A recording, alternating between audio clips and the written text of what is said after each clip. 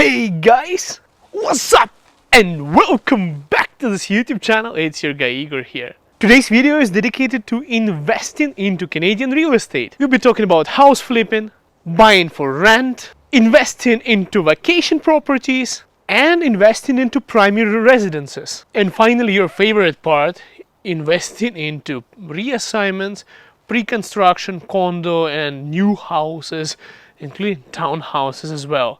Finally, today's video is sponsored by Realtor, my wife, who is a mortgage broker. So guys, if you need a mortgage, you know where to find her contact in the description of this video. And if you want to get a pre-qualification for your mortgage, just curious on how much you can get for a mortgage, you can download the app in the description of this video. She's with DLC Clear Trust Mortgages. You can go ahead and download it, check out how much you're pre-qualified for, and see what you can afford if you're planning to invest into Canadian real estate, if you do not have cash for it and you do need a mortgage. Let's start off investing into primary residences.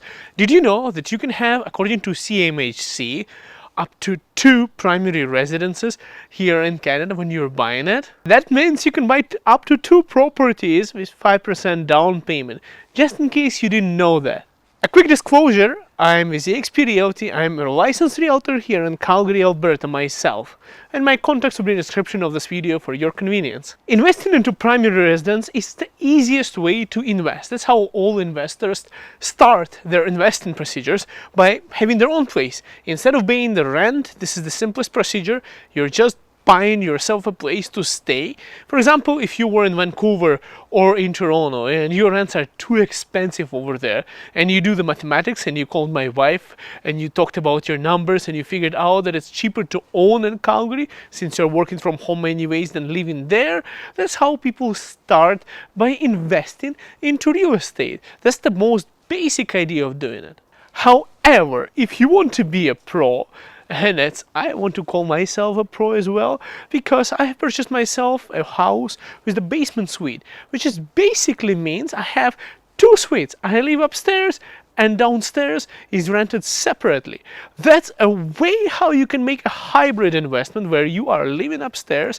Some people call it house hacking. So you live upstairs, but downstairs is paying for your entire mortgage, and that's exactly how I live. Not only I own my place, and this is to solve the controversy between, whether I should rent or should I buy.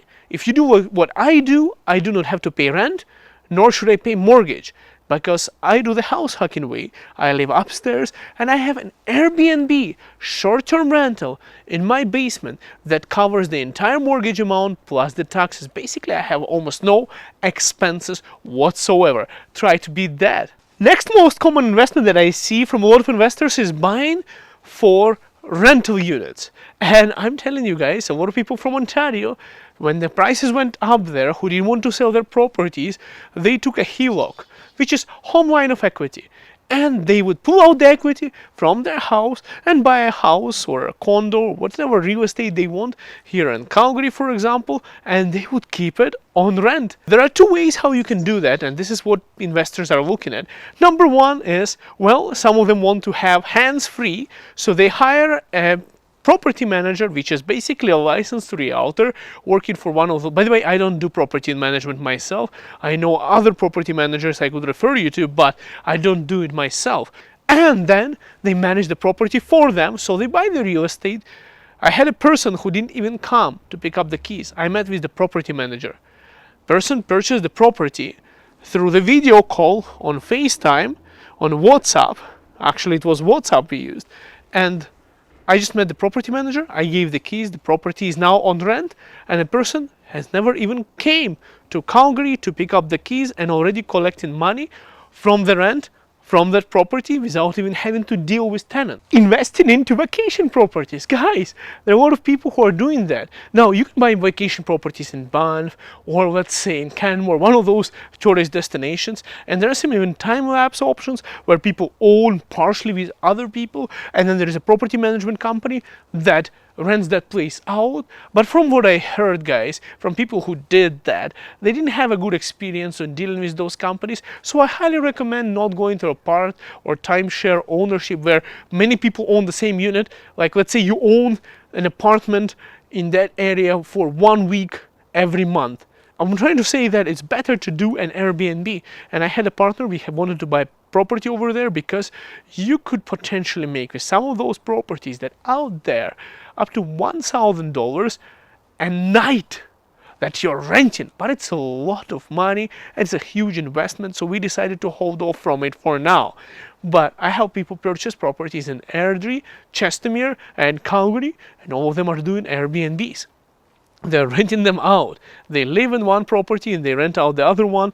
I even have someone as far as Seaton. If you know Seaton community, it's like a gazillion kilometers that way somewhere from the airport. So people still stay there. Don't ask me how they get there, but their Airbnbs are booked like crazy. So basically what I'm trying to say is a lot of people are investing into short-term rentals, and I highly recommend that over long-term rentals. Now, if you have 5 Airbnbs right now, you don't have to work for anyone. You can just work for that and pay the mortgage and still bring money home to your family and not the need for a job. So that's all I'm trying to say. It can be your full-time job, can be financial independence, and you don't have to work for the company. And finally, the biggest money-making thing is, well, pre-construction reassignment. Guys, when the market goes bullish, when it goes up, when the market is trending and everything is just skyrocketing, a lot of people invest into such thing as pre-construction condos, trying to play on a reassignment. So what it is, guys, is it's not very common here in Alberta, in Calgary. A lot of people don't know about it, but a lot of people from Ontario who called me within the last few years, especially, guys, when everything was going up like crazy, everyone called me and they were asking me, can you do this for me? Can you do this for me? So how it works is pretty simple. People would go to a realtor and they would go to a builder. Guys, I highly recommend you not going only to the builder. I highly recommend you getting in a realtor so someone has your back representing you with the builder. Because the reason for that, guys, is, well, first of all, it doesn't cost anything for you. Secondly, the realtor's commission is fully paid by the builder. And if they don't cover the realtor's commission, they just keep it for themselves. And whatever stories they tell you are BS, because they're just going to keep it for themselves. And they're going to be representing only one side, which is their side, in their best interest. Now, here's how reassignment works. A lot of you might know it from Ontario. It's basically you buy a property, you walk into a contract, let's say a pre-construction condo, which is going to be built in the next 2 or 3 years. While you're waiting for it to be built, the assumption is that the price for that condo is going to be going up and up and up over the years. So what people do, here is an example on how it's done in Ontario. Let's say someone purchased a pre-construction house. Okay, let's talk about houses. They purchased a house. Before you do anything, what I'm going to tell you, I don't want to take any risks on the responsibility on my name. You do it from yourself. Okay, don't blame me if you make a mistake while doing it. I just want to tell you how people do it. It's not an instruction or tutorial on how to do it, but I'm just telling you the facts on how people do it. So they would go to the builder. They would buy it like from the builder. They would be in a contract. They would give a deposit, and now they pay $900,000. The house is potentially already $1.2 million. And next, before even getting the keys for the property, they would reassign to a family who wants to buy a house right now. Let's say same house as you have purchased, but it is not there anymore. They have to wait in a line for so long, and the prices are already $1.2 million. Let's say you give them a good deal. So you sell the house that you purchased to them before getting the keys, and you keep the difference. So the trick about it is you haven't yet got the mortgage, you haven't yet got the house, you're only given the deposit, and you basically get your money back and you make profits without ever getting the keys for the house. That's called reassignment. Now, guys, it's very common in Vancouver and it's very common in Toronto. There are special websites that are like similar to Kijiji. Even on Kijiji, they sell those reassignment houses like that. Now, is it a good idea? Well, if you make money, it's a good idea. But if you look into the contract, into the house without a financial pre-approval, and you could potentially be in such a big problem. So you might lose your deposit and if you don't buy the house, let's say the housing prices went down, and let's say you purchased for 900 and your house is already 800 by the time it's built, and nobody wants to buy it from you for any higher, you still have to get the keys, you still have to take it. If you try to back out, you lose your deposit, and you might be on the hook for the difference in price that the builder didn't make. So it's a gamble.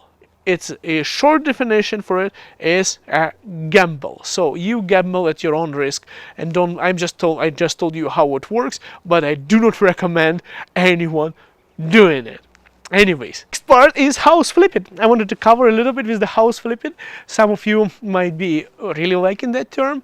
What it is you buy a property that is ran down for a very discounted price. You fix it up and you sell it. Usually it's done by realtors themselves. I see a lot of realtors in Calgary themselves doing house flipping. It's the easiest thing for realtors to do it ourselves because we know the market, we know what we are looking at, we have the training, education, and experience to understand what we can get for it and how to get it to the stage where it should be. So most of the people who do house flipping are realtors themselves. Is you have to know what the house price value is right now and what it's going to be once you fix it up and how much it's going to cost you. So if it's going to cost you less to fix it up, from bring it from this stage to this stage, let's say the house that is run down, if you put $50,000 into it, it would come up to the value of another property that's very similar to it that is sold for, let's say, $150,000 more. You make $100,000. Just a simple definition on how it works. If you have any questions for that, well, you know where my contacts are in the description of this video. So guys, these are the ways on how you can invest into Canadian real estate. I hope I didn't confuse you. If you have any questions, once again, you know where to find me. If you need a mortgage, it's in the description of this video. My wife needs a Realtor. She's with DOC Clear Trust Mortgages. I'm with eXp Realty myself. So give me a call and we'll see you next video. See you in Calgary, see you in Canada. Bye for now. I hope this video is very helpful.